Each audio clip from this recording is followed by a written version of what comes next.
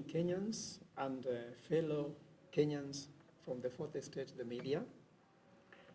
Concerned Citizens Movement wish to state as follows. Concerned Citizens Movement is an organization which is concerned about the wrong direction our country has been taking under the current leadership in Kenya.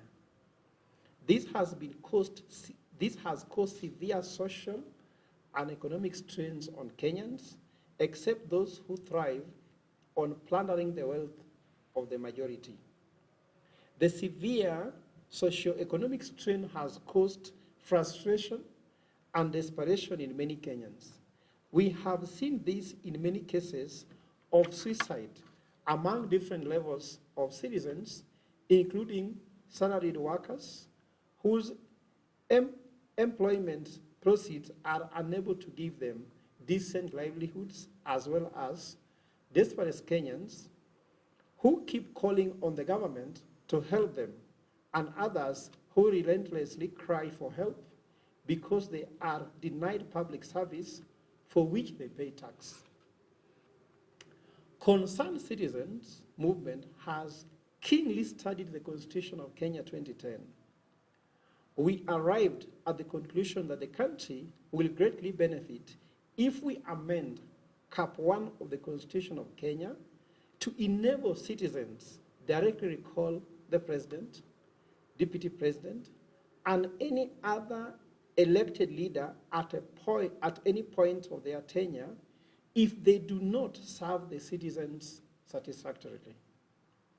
This amendment would bring self-discipline to all elected leaders and make them focus and practice leadership of serving the people, not self and cronies, that is, servant leadership. Our main agenda at CCM is to push earnestly for the constitutional amendment and enforce good leadership and governance. We appeal to all Kenyans to support this initiative by informing others, persuading their elected leaders to support, and by providing their signatures when we call upon them. CCM applauds all the young people of Kenya, and particularly the Gen Z, for redefining in action what public participation means by stepping boldly forward to reclaim our sovereign power from our leaders. We urge the President to accept that a revolution has already taken place and that the issues that have emerged are: 1, accountability; 2, accountability; 2, economic liberation; 3, governance and oversight, which are majorly leadership issues. However, since the President took office on 13th of September 2022, he has been unable to demonstrate to Kenyans his ability to make any decision that emanates from a stroke of genius. And given the crisis his own government is going through, he is unable to solve the issues he found in office and those he has created while in office. We are also aware that the President has called for dialogue, but the current atmosphere is not conducive for dialogue. The President has run a government in which no one would bet on either his word or his CSS, PSS, or security officers and any other state officer. That is why his leadership reached a point that Kenyans shouted and are still shouting, "Ruto must go." Mr. President, the bottom-up economic transformation agenda has not worked and will not work. Kenyans believe that all their problems begins and ends with you. It is the President who pushed the unpopular bottom-up economic transformation agenda. It was him whom pushed Parliament to pass the unpopular Finance Bill 2024 and was also the same who rejected it upon pressure from Kenyans.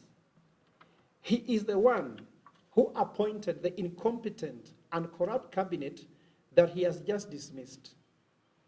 It is the president who presided over misplaced priorities, spending, wastages in government, and even the latest police brutality, which now makes him and his government candidates for crimes against humanity, as several bodies have been discovered in dam sites, and still the search continues and more bodies continue to be discovered.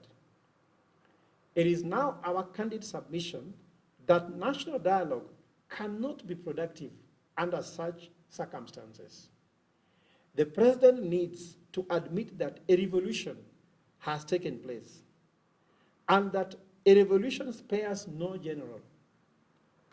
Consequently, the current revolution won't end by his simple action of dissolving the cabinet or by resignation of some top officials and formation of government national unity, since Kenyans are not divided, but Kenyans are actually seeking government reforms. They are united in seeking governance reforms and economic revolution. Our recommendation is that the president realizes that he has lost legitimacy that he was given by the people of Kenya and seek fresh mandate by calling for a snap election between 60 to 90 days. We have to embrace best practices in governance, and legitimacy is key in any governance process.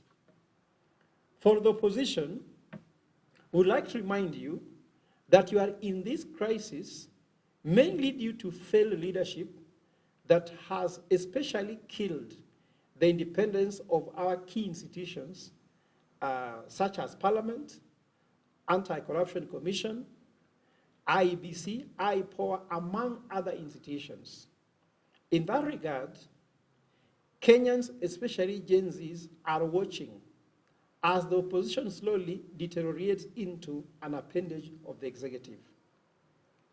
Finally, we appeal to all concerned Kenyans to stay the course of putting our leaders to account through lawful means. Let us work jointly to amend the Constitution so that we can truly have separation of powers and real checks and balances between the executive, legislature, and judiciary. That way, our young people will never have died in vain in the Gen Z revolution. We believe that Kenyans brutalized by the executive shall get justice, and Kenya shall stand proudly in the community of democratic nations. Hakuna madaraka bila mamlaka. God bless you. God bless Kenya. Thank you.